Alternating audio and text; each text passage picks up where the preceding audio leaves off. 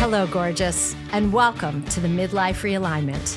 I'm your host, Esther Blum, and I'm here to disrupt the narrative on perimenopause and menopause with humor, nutrition, hormones, and fierce self-advocacy.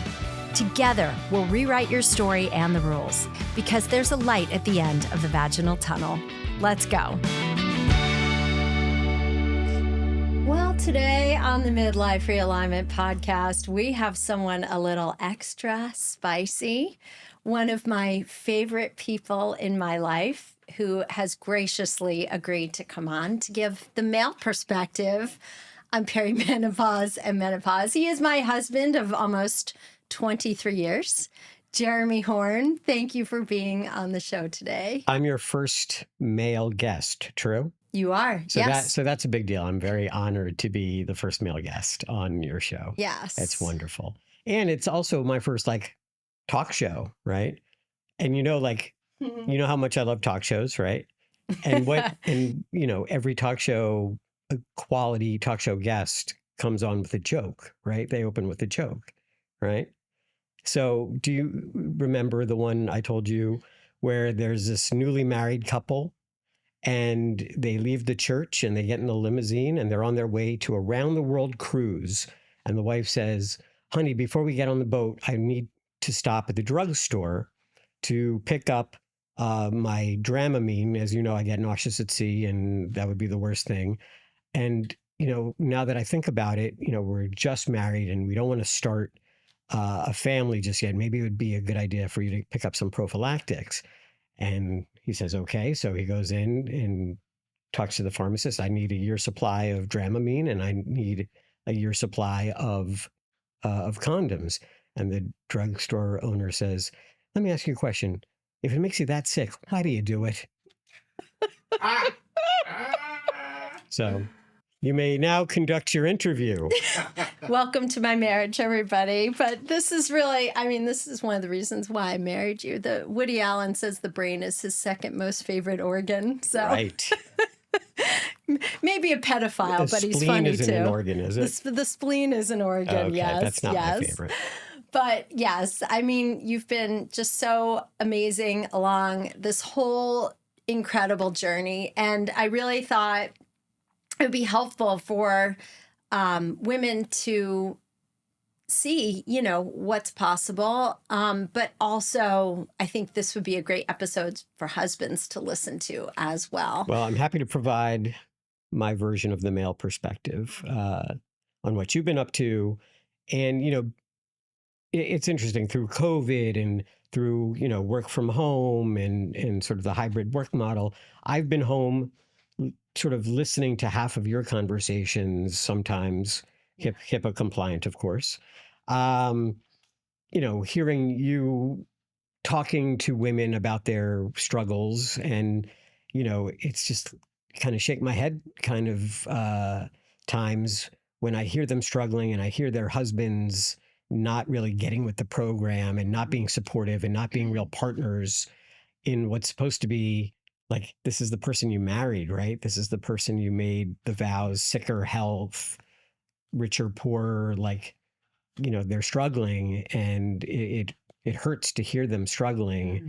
And I admire you for trying to fix that for them and just watching you having to deal with a lot of roadblocks where people won't get out of their way or they won't have a supportive partner who won't help them achieve better health through menopause or what have you. Yeah. And I definitely want to unpack that, but I kind of want to circle back to how did we even agree to get you to have you come on the podcast? I remember we were playing with it. Did I ask you or did you want to come on? Or yeah, I think we were probably at dinner and you had said, or I had said why haven't you had family on as potential guests? And she's like, well, would you like to come? And I'm like, all right, why not? Right. So all these months later, here I am. Here you are. Yeah, I know. I think it would be fun to have our son Ben on too, because to get oh my God, the college student's perspective on hormones and menopause.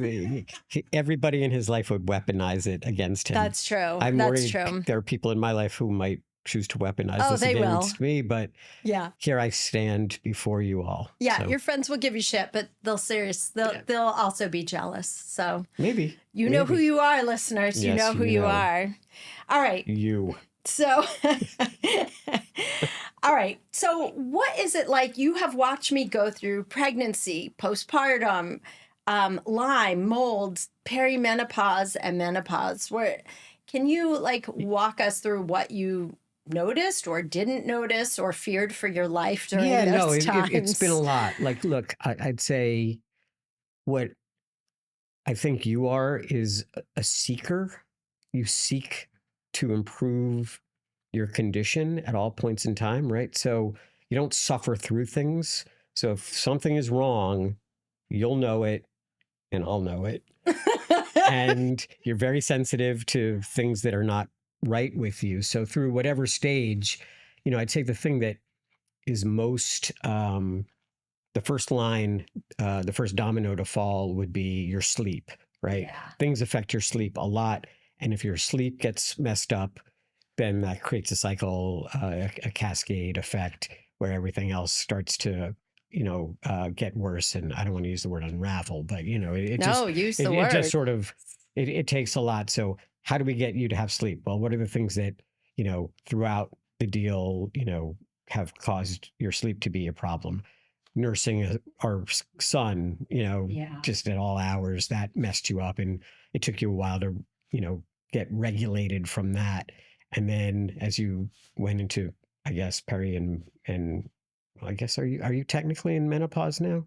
Have you hit the year line? I'm pretty sure. Yeah. I mean, after the hysterectomy, I think. What's the definition of full year? It's a full year without a menstrual cycle, but when you have a hysterectomy, technically, the September would be a year from the hysterectomy. But just like, in the perimenopause phase, like having to get up a million times to pee at night, just sort of that would mess you up. And, it wasn't a steady, 18 years of you not sleeping, but there would be definite ups and downs. And how do you manage through that? Well, you just have to be patient, and you have to know, like, it's not going to be forever, and there's going to be good days and bad days. And, that's how it is. I know I'm perfect, so you don't have to worry about it. So I can shoulder some of the load for you. So I'm so envious of your sleep. It's really impressive. Yeah, it's starting to evolve a little bit with having to get up maybe once. But I know I have friends who are a lot worse off than I am, for sure. Yeah. But men, you and I were talking about this too. This is just a sidebar, but as much as there's a real collective rage that's justifiably getting a stage now in the menopause space, I think men's health also is going to be up and coming, and men should be optimizing their testosterone, their DHEA, for disease prevention, longevity, health, libido, energy, happiness, Well, it'd be nice. I think men are, and this would be very much generalizing, but I think men are like slower to complain about stuff and admit stuff is wrong and seek help for stuff than women are. So even if it becomes available, I don't know if everyone's going to try to take advantage of it on the male side, but you never know. But maybe that frees up more testosterone for women. Yeah, that's true. But yeah, I think it would be really nice. It would be really nice. Yeah, I find, women, the minute the match strikes to light the house on fire, women are like, oh shit, I'm off. Something's off. I don't feel right. No, we live with it for a while. Men are like, the house is raging on fire, and they're like, do you smell smoke? Yeah. And it's so, why do you think that is? Why are men slower? We're tough, and we're conditioned to be more stoic and just suck it up, and it'll, put a little dirt on it and it'll be fine, like that type of mentality. It's interesting though. I think women are stoic, but in quieter, different ways. I think women are in the don't complain, where men might see vulnerability as weakness and women see it as more of an asset or strength. Yeah, I mean, I don't really complain too much about health challenges No. with my friends, and they don't really do it with me much either. Yeah. I don't know. But it's a small sample size, so It's a small sample I can't size. generalize. So. Yeah. Fair enough. Fair enough. So what was all right. Some of these questions are going to be a little more vulnerable, and if you're not comfortable answering, we can edit them Fire out. away. But you've definitely seen my weight go up and down. It's been when I was pregnant, I was 160. When I met you, I was 140, which was like the heaviest weight I had been in my life. When were you 160? I was 160 at the end of my pregnancy. Oh, when you were pregnant. Sure, fine. Yeah, Okay. yeah. I was 140 when you met me. I was struggling with Well, that's the thing, mercury right? and That's the thing where I met you probably at your heaviest. you did. And, curvy girl, I liked it, and it was not a problem. And so, anything, less than that is gravy, right? So, Wow. That's okay. I hope, ladies, you are listening to this. I mean, are men just so excited to be with a naked lady, like a warm, naked body that they don't notice? Like, what is your take on that? What's your take on cellulite, on, veins, on all the jiggly wobbly parts?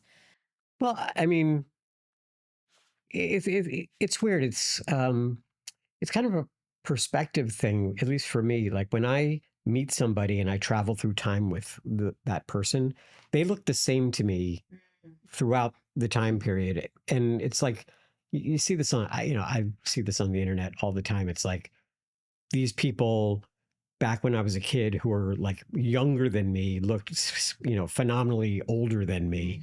The big example is, Red Fox was in his like 40s during Sanford and Son, and he looked like he was 100. So yeah, really, or I've Edith been on, Bunker for me. yeah, or Edith Bunker. Like, how old was Edith Bunker when she found? She was probably in her 40s too, and Yeah. Carol O'Connor was in his 40s. So we're older than most of the people. I'm older. Yeah. I'm older than Mr. Roper now. Like it's crazy. Like, and they just looked older. So like, and I guess the point is when I met you, you don't look significantly different one way or the other from the day I met you. And then when I look at pictures of us, I'm like, yeah, that's kind of how she still looks. And I just look grayer, but it's been 20 some odd years plus. So, but then you get to like the body, like you've been plus or minus the same-ish. Yeah. I've lost a good 10 pounds since I was in perimenopause. And I look at videos of myself from when I was filming out in LA at a business retreat. And I was like, wow, my gut was like hanging over my pants then. But I didn't see, I didn't see it, or it didn't, I don't know. I just didn't, you just have the body you have. So I don't know. It's interesting. I don't know. Like, it's sort of, plus or minus, is there a point where like if you got to be super big, would it be an issue? Probably. And because I would also, aesthetically, sure, but also knowing like what are you doing to your health? Like something's not right.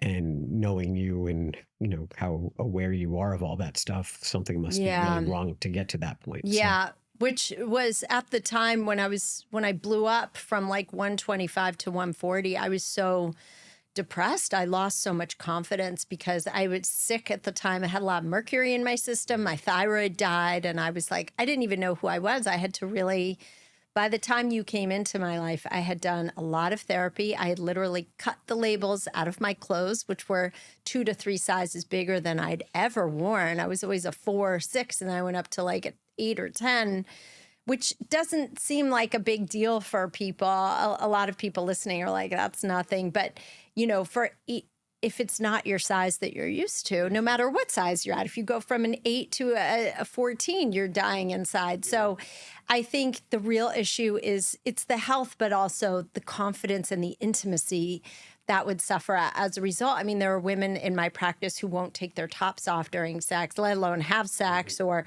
they certainly will not leave the lights on. They don't feel confident. And that's like what's so heartbreaking. You know your body. When you think your hormones are off, you're right. When you think your gut function is off, you're right. In 30 years of practice, every woman who came to me knowing something was wrong was always right. My Make Menopause Your Bitch Elite program is where we do targeted testing that makes it impossible for you to fail. I look at your blood work, Dutch, and GI map tests and build a targeted protocol based on what's happening in your body. You come in exhausted and dismissed, and you leave knowing exactly what to do. Apply at estherblum.com/MMYB. You don't have to suffer, and you don't have to do this alone. Apply at estherblum.com/MMYB. So from the male perspective, do men see our flaws? We all know our flaws. I know where every inch of cellulite is on my body. I know where I have veins. Like, do men see that as much as we do? Are we our own worst critics? I'd say you're probably more critical when push comes to shove than the man would be in that moment. Mm-hmm. He's not going to say, oh, well, oh my God, that's new. Oh, I don't like that. Like, that doesn't, I can't imagine that would really happen. It's probably a self-esteem issue for the woman. It's probably, and men have self-esteem issues as well. Like if they put on some pounds or they're not feeling particularly strong or, whatever else is part of what makes them not feel good about themselves. Yeah. Maybe they had a bad day at the office or something like that, and they bring that in, right. and they're, they're not feeling 100% themselves. So it probably goes both ways. But if like body image is the thing,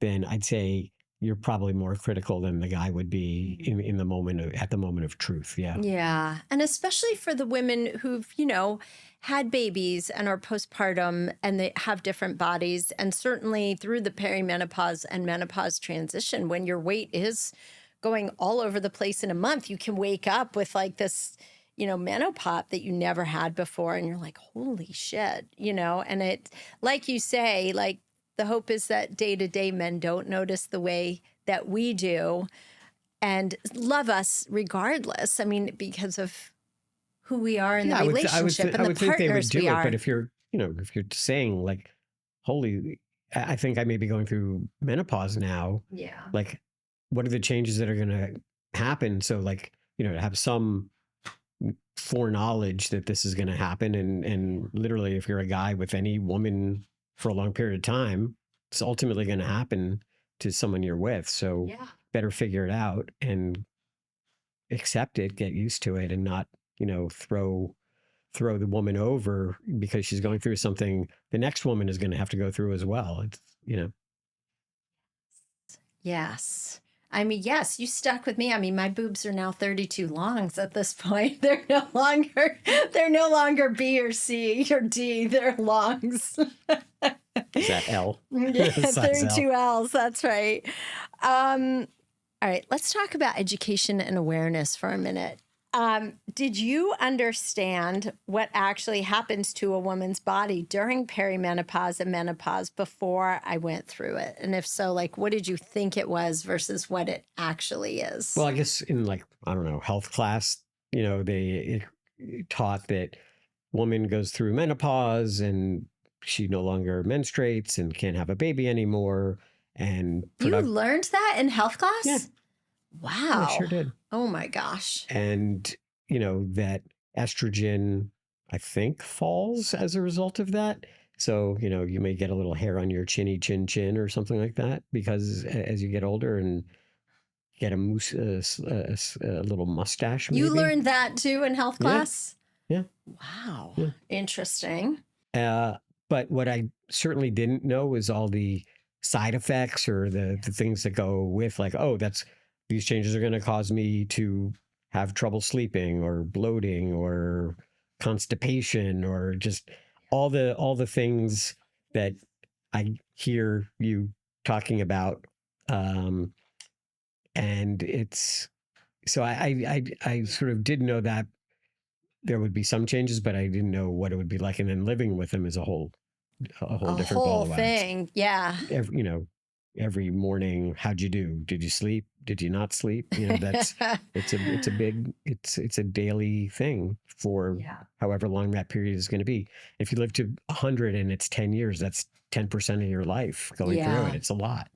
It's a huge change. I remember waking up with you one morning and like gripping the bed. I opened my eyes and the room was just spinning. And I was like, okay, I didn't drink last night. Like, I guess this is vertigo now. And it was just, I had to get out of bed so carefully, and we adjusted my estrogen levels. And there's just so many crazy, your bizarre body's a symptoms. chemistry experiment. Yeah, it's really Tinkering crazy. And tweaking. Itchiness, smells. Like I know, so many women have dysphonia where they can't hear like the sound of other people's chewing anymore. Oh, wow. For me, like, yes, if you snore, I tend to give you a little push to try and get you to stop. For the people at home, I don't snore. She's lying.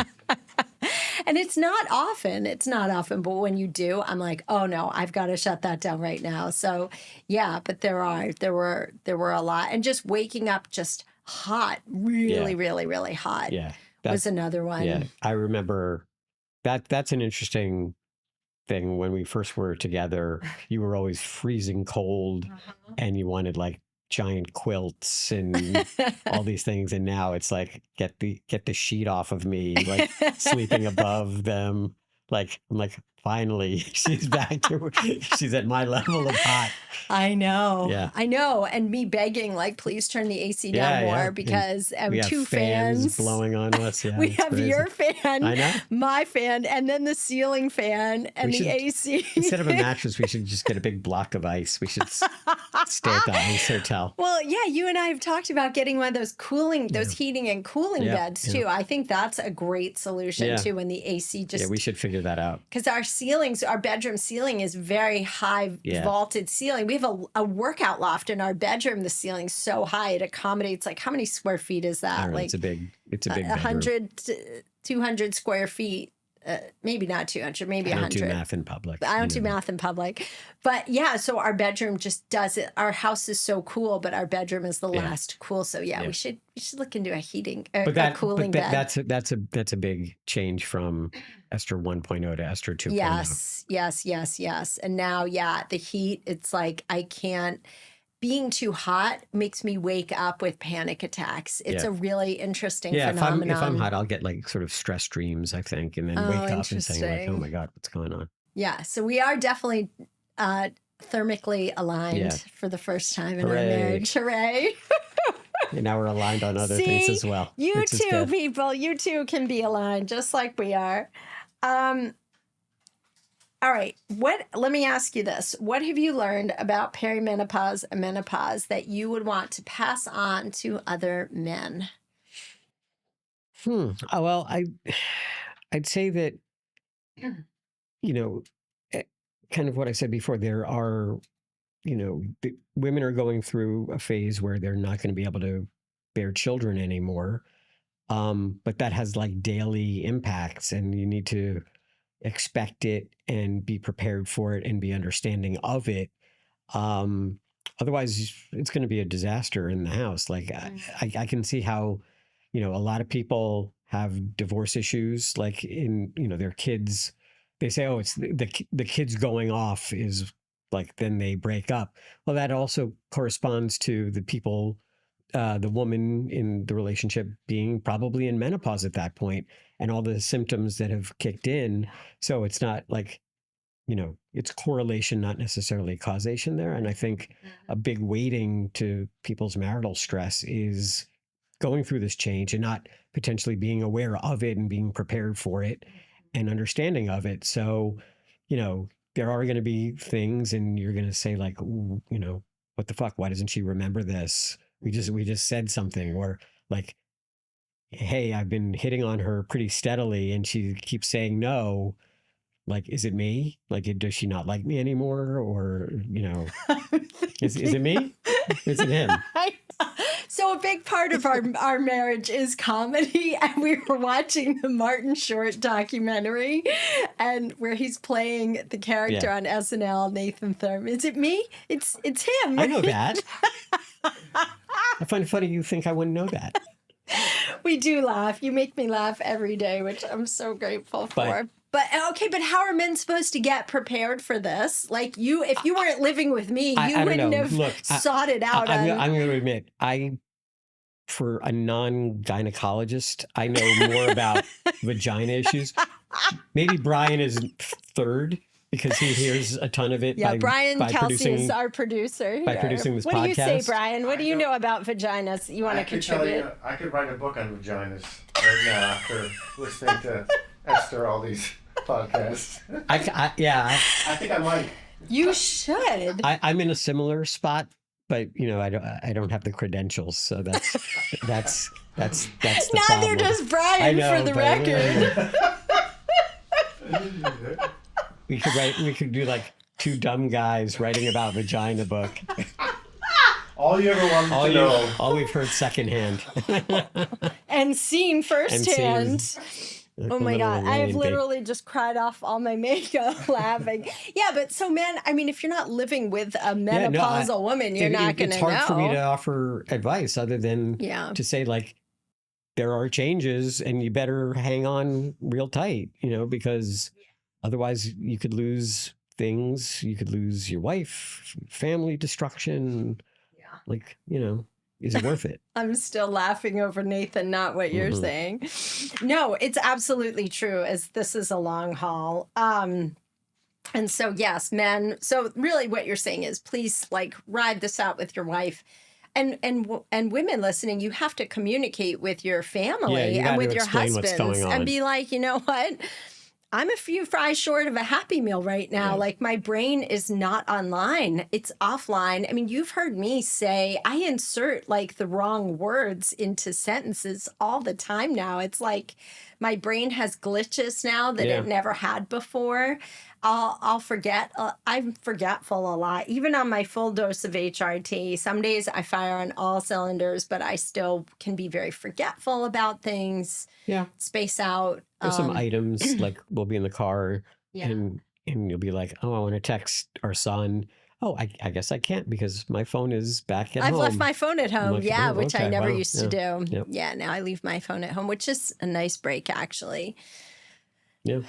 But can also be problematic. It could be, yeah. Or recently, I was traveling in New York, and I had put my ATM card in my fanny pack to go for my walk around Central Park. Well, then I was out shopping, and I was like, oh, shit, I lost my ATM card. And I called the cafe where I was, where I had breakfast after my walk when I still had my fanny pack on. But then forgot. I just left it in my friend's apartment, and I didn't realize until I went into the bank, got a new card, saw it wasn't stolen, or there was no fraudulent activity. But it took me until literally the train ride home when I remembered the fanny pack, and I was like, "Oh shit, there my bank card is." So yeah, it's like things like that now. Yeah.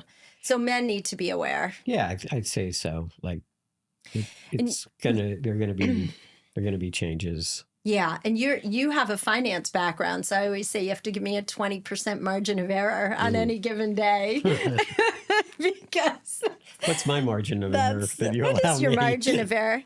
That you allow me. I think I'm fair. I'm not too hard on you. I think I get 2% margin. No, I'm gonna say more. I don't know about that.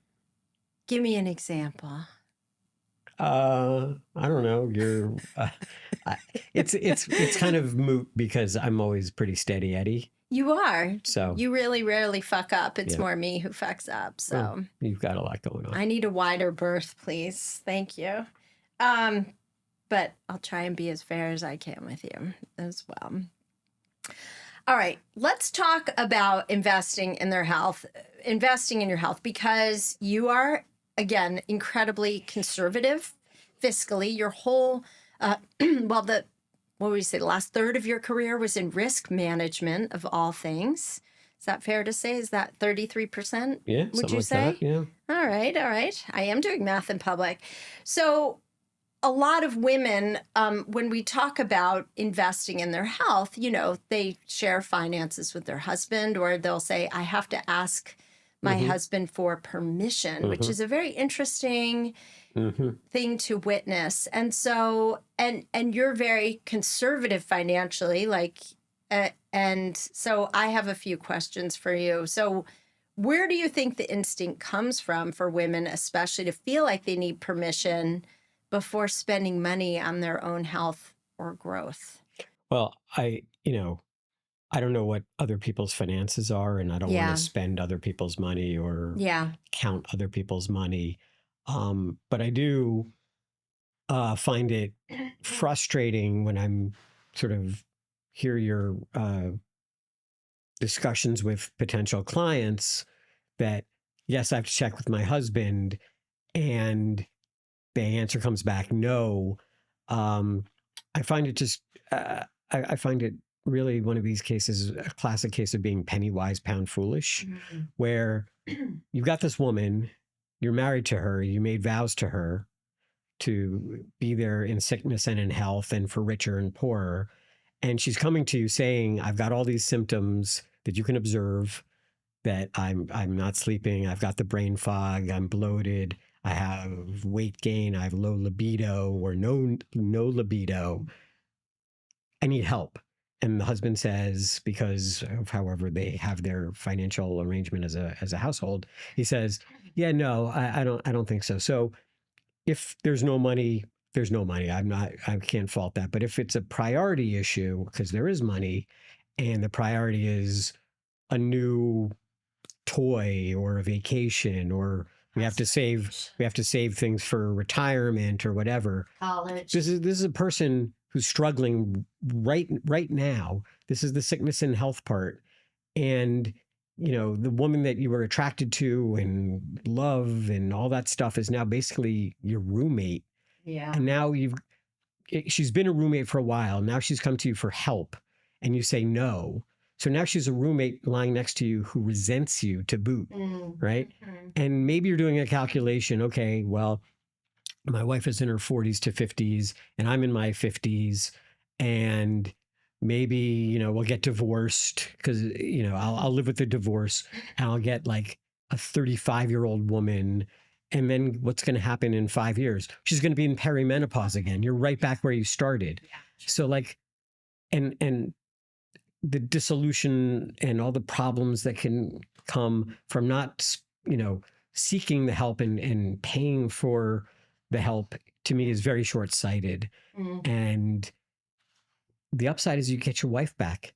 Yeah. The upside is you can return to a loving relationship. The upside is your house is more harmonious. Like, why wouldn't you want that? Yeah. Like, why wouldn't you at least take a chance on that? And if it doesn't work out and nothing changes or it gets worse, I guess that could happen. But like, at least not in my practice, not baby. in your practice, but at least you tried and you honored your vow and commitment to the woman you are theoretically supposed to love. It's such an interesting dynamic too, because the reality is a lot of women have to ask themselves for permission too. Often the husbands are supportive, and women say, my husbands are supportive. There's a few scenarios I've had. Maybe they don't want their husbands getting on top of them again. Maybe. That's a good point. That's an excuse not to. Yes, that absolutely happens. They're like, I don't want to be touched. I don't want anybody on me, after so many years of having kids on them, and then intimacy with their husbands, which hopefully brings more joy than suffering. But a lot of times, it's, kidding aside, men are the ones who are supportive, and the women can't prioritize themselves. They put everybody, there's a martyr syndrome happening, and they put everybody before themselves, and the husbands are not the ones having the problem. So that's not your problem. No, that's never my problem. You're not shy in asking for the things that you need for yourself. Well, and really, I don't ask permission. I just go get, and I say, I am doing this. There's a couple of times, though. Sometimes, what you've said? You've said, I need your partnership in this. And yes. And it's not like I need, and you're not, and you're the decider for me. It's like, we're partners, reminder. That's what we signed up for. And this is what we need for everybody to be happy in the house, is I need to take this, or I need to Yes. seek, go somewhere to talk to somebody to get help. Yeah. So that means you have to take the dog, watch the kid, Yeah. whatever it is, if it's financial or time commitment or effort, like there needs to be that discussion. And if I would not like to be in a position to ask for permission for every little move I make. That'd be brutal. That would be really tough. Yeah. And there were a time when we had to rearrange some household expenses because I wanted to invest in a business coaching program to really scale my business. And you were very supportive, but I was like, there's no way I'll fail you because I cannot fail myself and I cannot fail our family. And we broke even on it. It was absolutely fine. But it was, yeah, I mean, I was incredibly grateful for your support and vice versa. If there's never a time when, if you're like, I need to invest this money in my health or whatever, I never question that. But that's the thing. That's the thing. Like the husband who I've heard, 50% of the conversation of who says no, I'm sure if he had an issue and it was he's going to say, oh, I'm not going to take care of something that's really ailing me. Or that he would ask the wife for permission. Like there's no way. It's really a messed up. It's an unfortunate dynamic. It's an unfortunate dynamic. That's how I'll say it. It is. It's such old patriarchal conditioning, and it's just what often the model was that we saw growing up. We saw our moms, maybe not. Yeah, but you and I both had working moms. Even if you wanted to have it under sort of an older traditional model, by saying no, you're not being the traditional dad or husband who is taking care of everything. You're not taking care of your stuff. Oh, that's interesting. Yeah. That's a good perspective on it too. So yeah, and sometimes it's a lack of education too. Like I've had conversations with husbands where they're terrified to put their wives on hormones. They don't believe in hormones. And then that's just some educating. And I always encourage husbands to be on the call. I'm sit in on the call, on the consultation, and hear research studies for you. The problem for an analytical person like I am supposed to be is that how do you measure results? How do you know that your money is being well spent? That is she better or all better? Is she 5% better? Is it worth this for 5% better? How do you measure it? And that to me is something that's a challenge for you as a provider to explain and figure out. Well, there's a couple of things. One is I generally have an 85% success rate. Some women get 100%, some women get 60% better, but most women on average get 85% success rate. I think anyone who boasts 100% of the time is selling you snake oil. No provider ever gets 100%. We're unique. We have, our microbiome and our genetics and how we detox things. There's so many variables that can impact 60% success. of the time. 60% of the time, it works every time. We're quoting Anchorman. Yeah, Anchorman. That's a big quote in our house. But yes, but also, I like to also tell women, or ask women, what's in it for your husband? What happens to him? What benefits does he see when you get better? Yeah, that's the question. And that's what I was saying earlier. More libido, more intimacy. Yeah, you get the woman you love connection. Back. Yeah. Yeah. And that's really it. And getting back the woman he married. Yeah, exactly. And P.S., he's older too, right? So when you want someone who's you've invested in or believed in, and she can believe in you right back because something's going to hit you at some point too, right? Yeah, and that's what really builds intimacy is the connection. Yeah. Is the connection. And when women feel held and supported, God, that's a damn good turn on. I'll try to remember that. So be nice. Be nice. Supportive. Yeah. Well, how about can I just scroll for hours and hours on my phone? That's a bad idea. That's not a good idea. That's not a good idea. it's TV or me. You know, you got to make the choice. Well, depends on what's on TV. All right. What do you feel like has kept us close through all these changes? And this, I don't need the Instagram social media answer. I need the real one. Like, what do you feel like has kept us tight all these years? Well, I know in your first podcast, you sort of told our story a little bit, right? How we met and stuff, right? I think so. I don't even remember anymore. Did you listen to it? You like introduced yourself to the world and a lot of that. So, you know, if I can just say, you know, you grew up here in Connecticut. I grew up in New Jersey. Yeah. New York is the middle. And we basically lived kind of parallel lives, sort of orbiting in this tri-state area. We're the same age, same grade. We grew up with similar backgrounds, similar senses of humor that were sort of an undercurrent of everything we did. So I'd say like when I met you, very quickly I was like, oh shit, I think I met the woman I'm supposed to be with. Like very quickly I knew that. And then it was like, just be patient, don't overdo it. Right. and I'd say things are working out. What helps is our humors and our, you know, our ability to talk to each other in sort of a shorthand sometimes is very helpful, where I'm not constantly having to explain how I feel about things. We have a good working partnership on the day-to-day scut work of who's going to shop, who's going to clean, who's going to do this, whose turn is it with the dog, you know, like all the things that can like trip people up. It's like, and get resentful, like, oh, like, hey, I'm working all the time. And, you know, when I was heavily working and heavily commuting, I was a little checked out for sure when I would get home, like, because you just don't have the bandwidth. Yeah.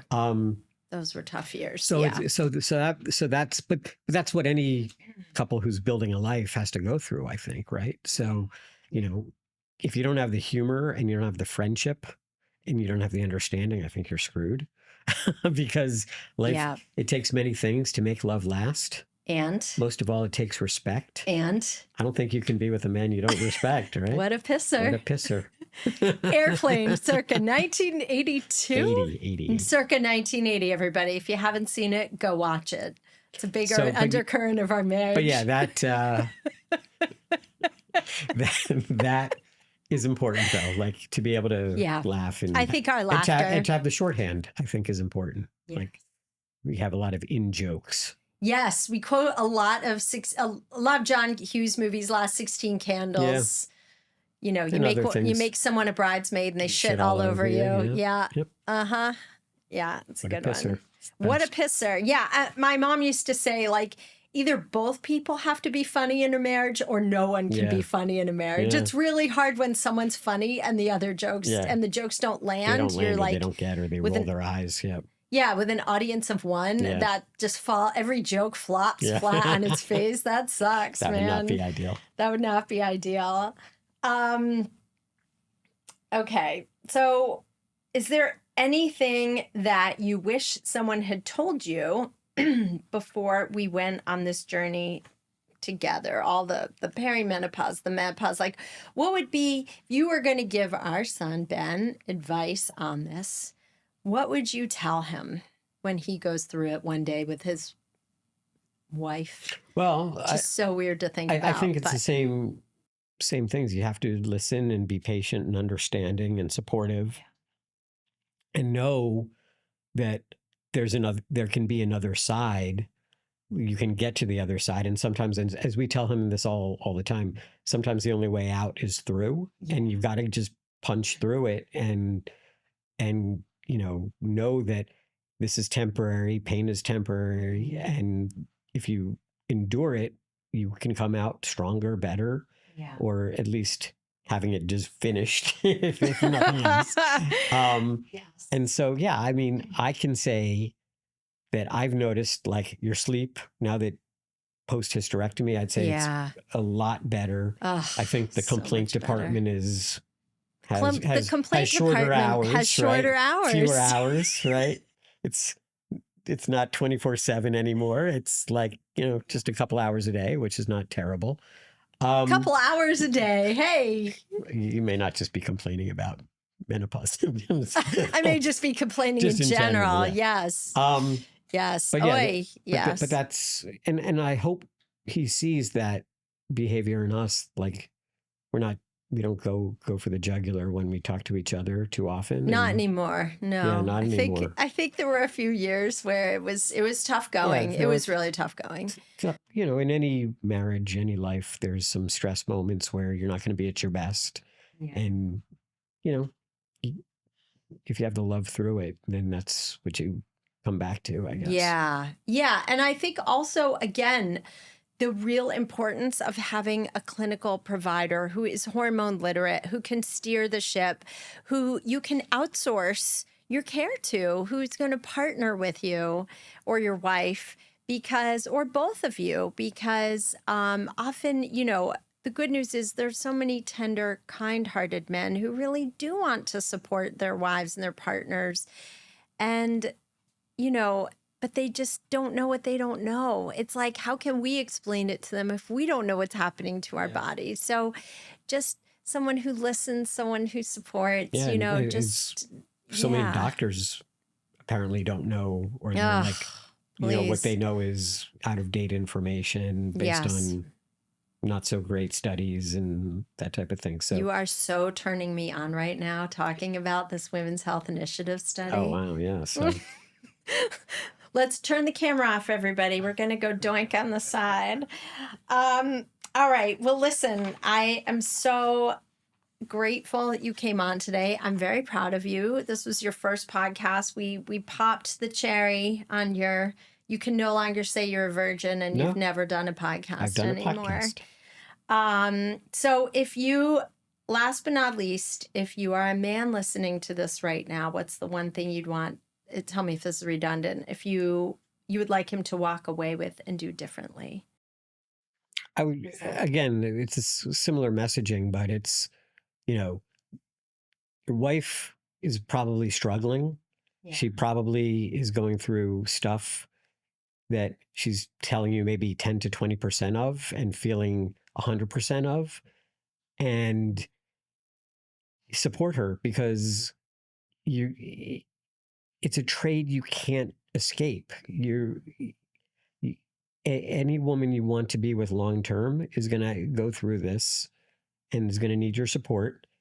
And the older you get, the odds that you're going to be able to buy yourself some years with a young chippy, it gets less and less. So deal with it and figure out how to make the person you love happy, and support her in getting her symptoms reduced, and help her get help, because you'll benefit by having a happier person at home and all the positive cycle that creates. So don't be penny wise, pound foolish. There you go. Jeremy Horn at the wheel, everybody. Thank you. I love you. You do? Oh, good. I love you too. That's wonderful. If you loved this episode, follow or subscribe to the Midlife Realignment wherever you listen to podcasts and on YouTube, and leave a review to help other women find this show.